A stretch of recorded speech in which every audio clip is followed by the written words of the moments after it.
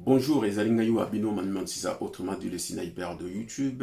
Je crois que Boïd Kolanda, miniature, tout titre, Onganache, il y a vidéo. Alors, les lots nous s'adresser et pas à Werason, na orchestre, ne Mobimba, na Bisso Bafan. Imaginez, Werason a comment on peut ça, et tant que star, et tant que grand baoba, musique à Congo. Et de deux, imaginez, na ndenga futur oyo wenge maison mère ezo pesa biso. Et de trois, pourquoi Werason lelo azo koka lisusu ko cité ba starté to ba ko exploiter potentialité ya ba musicien o azana bango. Alors 3 points na rolobela yango. Wenge maison mère ezali société ya Werason.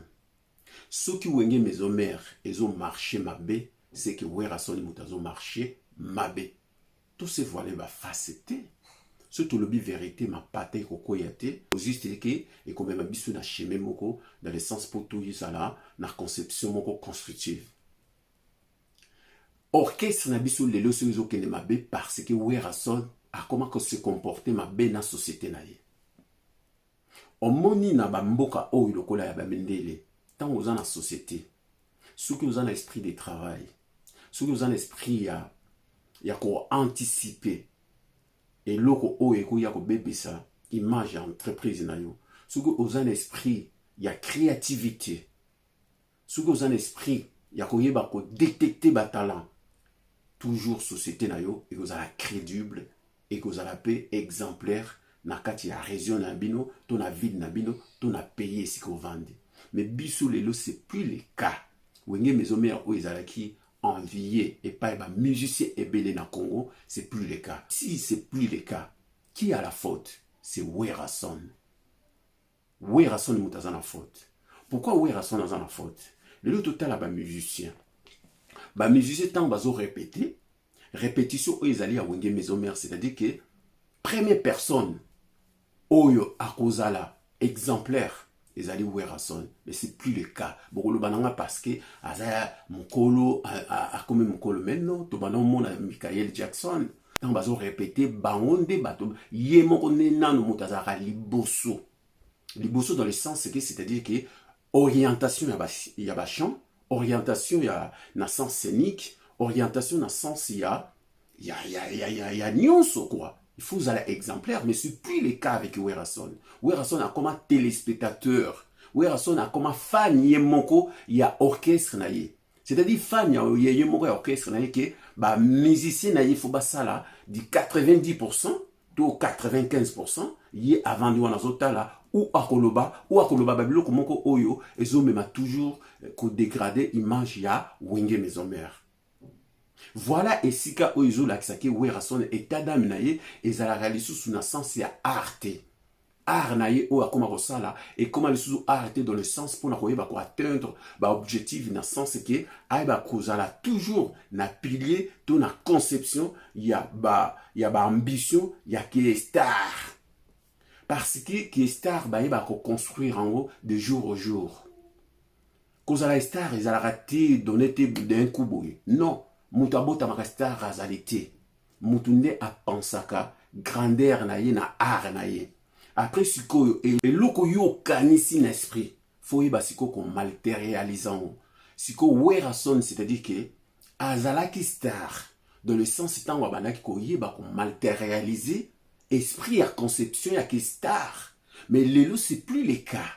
Esprit ya ki star ezalaka nini. C'est-à-dire qu'il faut zala mutu moko okozala complet. Dans le sens langage na yo, dans le sens ya kolata, c'est-à-dire que vêtement na yo, il faut il y a sens ya ki star.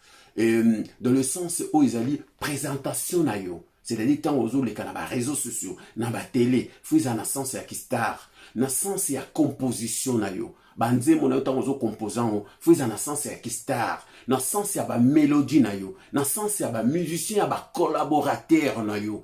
Faut bazala batu moko ou bazoko représenter yo, bazala toujours animé l'esprit moko ya ki star. Mais lelo c'est plus le cas. Werason azali mutu moko azoko mitia na confre fort. C'est-à-dire que tant on a zalaki, ozoko que c'est conjugué na ba le verbe passé. Ozoko se conjuguer dans le passé. Pourquoi on se conjuguer dans le passé tant que makila na mai na nzoto na yo ezo sala na bien. Voilà ici ka wera son a babysidi wenge maison mère.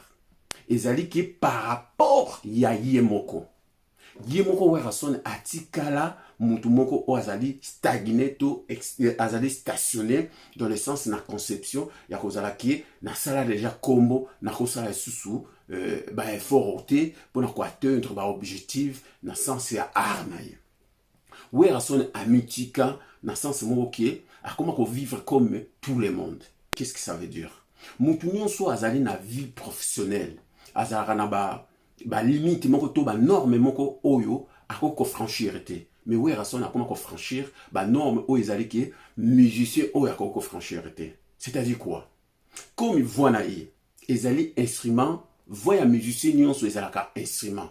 Alors étant qu'il voit ezali instrument ekosenga foye ba ko protéger yango ekosenga foye ba ko zwa discipline moko par rapport ya nzoto na yo, par rapport ya vie ya alimentation na yo, par rapport ya vie ya sommeil na yo, par rapport même ya vie sportive na yo. Ce que vous avez na ba capacité wana réunir en ôté. Donc au moment qui muto ayeba ko protéger voix na yete voix ko beba voix ezalaka instrument. Voilà pourquoi wera son depuis a baby sa biloko wana ezali et tant que biloko esalaka artiste tout star azala toujours na maintenance ya onde esali ki wera son tout mona lelo ba sort o ezoko la biso. Alors étant kinga manument si ça nazoko décortiquer bino ba biloko ezate pona pesa ba argument et pas ba balinga wera te. Dans le sens c'est pona sonnette d'alerte. Tozo le bela bango na ba téléphone tozo benga bango ba koma le roi banzambe ba koma le roi batu moko soki ndeni non mutu moko alesaka ngai azalité na mitinda peti na zala fan na ye na mitinda peti na linga musique na ye. Alors naza obligé soki nazo mona eloko moko ezo kene bien te na lobaki le roi de la forêt eloko ezo kene bien te mutu moko pa ko kene na ngai pa moko azalité nga 12 ko zo ngai te.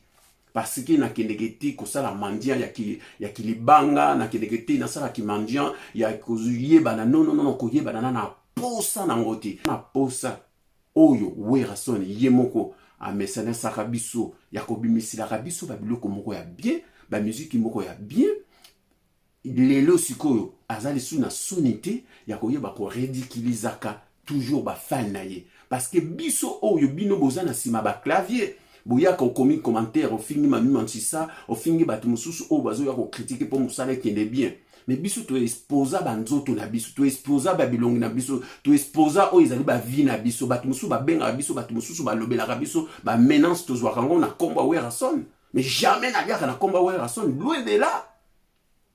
Mais bino siko bozoye la batu ba conception moko boye ba sentimentalisme moko boye o ezali ki mituna bino ezali lokola ekota lokwa ba formi boye ba ratiki makambo bozo sala ki ekomema artiste et pas mon côté.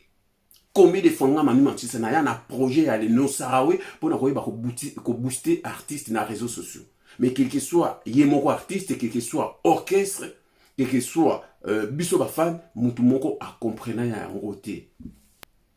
Parce que toujours mon orchestre na biso actuellement ezo kende na sens moko na ndenge moko ya ko beba déluge ezo ya na yeba ko lobela ngo na ba vidéo na ngai o ezo daté déjà il y a 1 an mais mutu moko azo comprendre ngaité. Mais lelo eloko nga ememenga ezali par rapport ba sentimentalisme. Ba sentimentalisme bazo bebisa orchestre na biso. Pourquoi? Bino nyonso o wera son azo sala bozo sepela nango ki ezali bien. Mais nyonso oyo wera son le leur comment sala ezoko dégrader image na ye na orchestre na ye. Quel que soit oyo akozala contre na ngai, quel que soit oyo akozala pour ngai, nga juste na lingi mutu oyo asa docteur ba valeur ya koyeba ko accepter critique dans le sens constructif. Pourquoi dans le bibongo? Na wenge lelo balinga ate mutu akoya na esprit moko ya critique. Balinga mutu azoya po kaka alobake wera son nyonso salaka ezali parfait. Wera son aza parfait. Wera son aza mutu nyonso lokwa la biso. Biso etant que ba fan tozo souffrir ming etant que ngai manu mansisa na koki ko actoralité na koki ko accepter te o ezali sens moko ya koyeba ko ya koyeba ko ridiculiser biso dans le niveau moko oyo ngai na ko imaginer te na tikala jamais ko imaginer OK problème oyo ezokwela ka biso na orchestre na biso ki ekoki ko komela ka biso. Un d'abord Werason azali susu na sensité ya kozala professionnel pour na art na ye. Pourquoi? Si vous allez bien voir ya Werason etikala lisusu voix na ye te oyo ayebaka ko présenter les biso na sens ya musique. Ce qui totali esprit de travail ya Werason ezali susu te esprit de travail o azalaki nango liboso. Ngana ko prouver bino yango par A plus B. Oyo akozala contre nanga c'est que lingaka Werason te. Mais oyo lingaka Werason akozala d'accord na ngai. Na sens ya ba répétition. Werason na répétition akoma lokola coach. Mais na musique ezalaka bongo te. Na musique tango na condition physique na yo ezali susu présenté. C'est que yebaka ngo automatiquement ba corde vocale na yo ekobe ba vouloir ou pas. Werason to koma komona beaucoup plus que ba musicien na ye bazo répéter ya vande na ye. Ce qui a vendé à koloba ba makamoko o ezali vraiment na sens mon côté pour na visibilité tout na image na ye tout il y a orchestre. C'est moi Manu Manchester qui vous parle. Osala d'accord, je m'en fous. Mais ngai tant qu'artiste, Werason na lingaka ye dans le sens il y a musique na ye o a présenter la biso. Yende muta mesene sara biso ko bimisela biso ba biloko mo ya bien. Mais aujourd'hui c'est plus le cas. Que soit dans information, que soit dans dialogue na ba musicien na ye, que soit dans esprit ouvert dans le sens communicatif, ezali susute. Alors tant que biso ba Manu Manchester tokoya tokobetela ngo c'était ma pata pe kokoya te.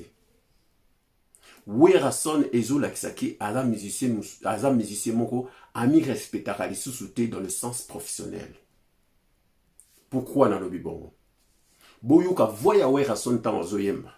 Ces dernières années là. Botala Werason tan ozoyemba. Tan ozoko s'exprimer na niveau ya chant. Ba terminaison na ye. Et ça n'a rien à voir au ekoza ya chanteur.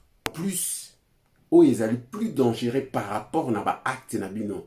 Vous respectez même pas la fan na bino parce que ba fan il y a le roi de la forêt tout il y a Wengi Mesomer ça fait plus de 4 ans tout 3 ans vous allez ridiculiser dans le sens pour na ba buzoba ou esala makana Wengi Mesomer. Première chose déjà ils allaient que le roi de la forêt azali sous l'esprit ya arte. Azali sous na conception ya koyeba ko répondre na batante ya ba fan na yete. Azali sous na esprit de travail te. Azali sous te na conception ya qui est starté. Alors ba bloko wana na koyeba ko expliquer bino par A plus B. Parce que ngaina se autoproclamant pour na koya ko défendre Werason dans le sens constructif pour na koya ko défendre sans avoir pour na kozalana intérêt moko derrière pour un intérêt personnel. Naya pour na mema o ezali point de vue na ngai o ezali lokola goutte moko ya litanga mbula na kati ya océan. Werason lelo azoko négliger musala o esala ki lelo biso to yeba ye, lelo biso to linga ye, lelo biso to ya ko s'exposer na bato mususu o biso to sala ba combattant ba vidéo pour na Werason pour na musique ya Congo pour parce que to linga ye. Mais lelo c'est plus le cas. Tozolo ba tozo ganga makamo o tozolo bela jamais Wengi Mesomer bazana auteur ya koyeba ko kolanda volontaire ba fan te. Biso ba fan to kozala kaka toujours ridiculiser te dans le sens que ba mabe tozo mona on ke mabe wana ezali par rapport yemoko le roi de la forêt et tant que autorité morale azoko kaka de sous ko gérer orchestre na yete. Même yemoko azoko kaka de sous ko se gérer dans le sens musical.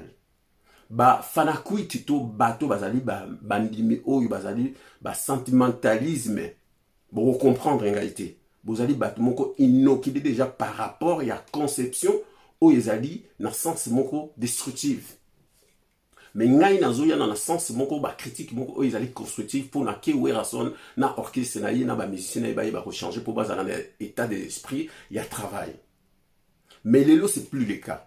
Werason azali sous na hauteur était ya kosala ba erreur na sens moko oyo ezali ki ezokodégrade image ya orchestre na ye na ye moko.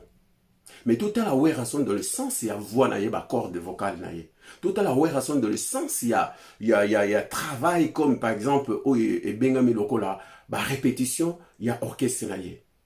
Aza na hauteur était aza vraiment capable était à reproduire oye a mesene saki biso ko présenter biso na miso ya public na ye o balanda ye. Wana ezali manque de respect envers ba fan na ye. Pourquoi na zolo ba bongo? Surtout tali bien Werason a respecté les sous régime alimentaire na yete. Surtout tali bien Werason a respecté les sous o ezali régime ya sommeil na yete. Horloge o ezali ya sommeil si beba déjà Werason. Surtout tali bien Werason azali mutu moko ko négliger o ezali condition physique na ye. Parce que mutu azali na condition physique et tant que loko la musique ezali lokola bato babetaka balle. Faux condition physique ezala au rendez-vous. Ce qui ezali na rendez-vous te jamais okosala babiloko moko ya bien. Voix na yo ekobeba. Voix ya les rois de la forêt ce que italien o tokoki même pas ko comparer ngo ce qui voit des têtes. Na ebité ce qui voit ni toko kolobela ngo. Alors ce qui voit ya Werason et comment dégrader na façon wana. Qui a la faute? Nani mutabebisi ngo? Ezali ye moko. Et la raison pour laquelle il y a toujours mon qui orchestre et comme un sens moko ezoko beba parce que vie attire esprit de travail na côté il y a qui responsabilité ko pesa moi pas ya baka col na ba bikorine makaba na ba maître ninja Igo Senti et tant que baza capable était à répondre na ba tante ya ba fan. Voilà pourquoi tout ça na buzoba o izo salaki orchestre na biso lelo tout ça na ba problème à boye.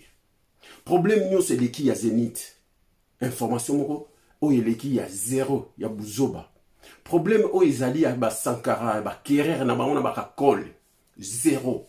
Problème yi moko le roi de la forêt et ba ko pesa biso place zoami place somba mais zéro communication zéro. Problème o etali par rapport au etalemi donc la ba production na États-Unis je sais pas même na Kinshasa zéro. Mais alors bolingi orchestre et que de libuso ndengeni. Biso baye yo tokoya te to ya koloba te nini. Tous ça toujours ridiculisé parce que bino bovandi na sima ya ba clavier bozo comment. Mais biso to exposa banzoto na biso to exposa be bilongi na biso. Tant bat bazo mona yo na voyager ki na Afrique bat moso bazo ba comment manu manchisa orchestre na bino e comment boy. Siko biso to koloba nini. Bino ba yebi bino te. Biso ba yebi biso. Toujours à la ridiculiser, toujours à la na sens moko ils allaient vraiment que aux usanga na façon o ko répondre mon tout. Alors pourquoi Werason a perdu sans y a qui responsabilité na niveau ya ko satisfaire o ils allaient ba fan na ye. Jamais tout quoi tolérer ba biloko wana. Alors il y a un besoin mona Werason ta wazaki na esprit de travail. Tala ndenga bana ko faire travailler ba musicien na ye. Comment ba ko bimisa kati na bango to ils allaient ba potentiel na bango. Obligé faut ba bimisango. Mais lelo c'est plus le cas. Baka kole wana ba bikorine makaba ba bango nyonso na bazo sala so musala ya bienté. Éviter bateau bazali lokola ba parole ya Werason na niveau ya composition bazo sala so musala ya bienté. Banzembo ya vie ba mélodie za bien. Mais na niveau ya ba test donc ils ont croché les sous ils ont ala vraiment captivé na ba bongo bateau. Est-ce que bino bozo mona weza bien wana. Biso siko etant que manimantu sanga na kosepela nango. Mais boni boy ko bozo mema bato na boulot yeke moko ezangatina. Alors il faut tout lingato comme bato. Il faut tout lingato za la bato moko to accepter la critique. Voilà et l'on a nazaraki nango donc binonyo sur nazo pesa bino mbote en tout cas tous à la toujours na esprit moko d'équipe tous à la vraiment veiller pour na artiste na biso sinon ego za la passe à suivre.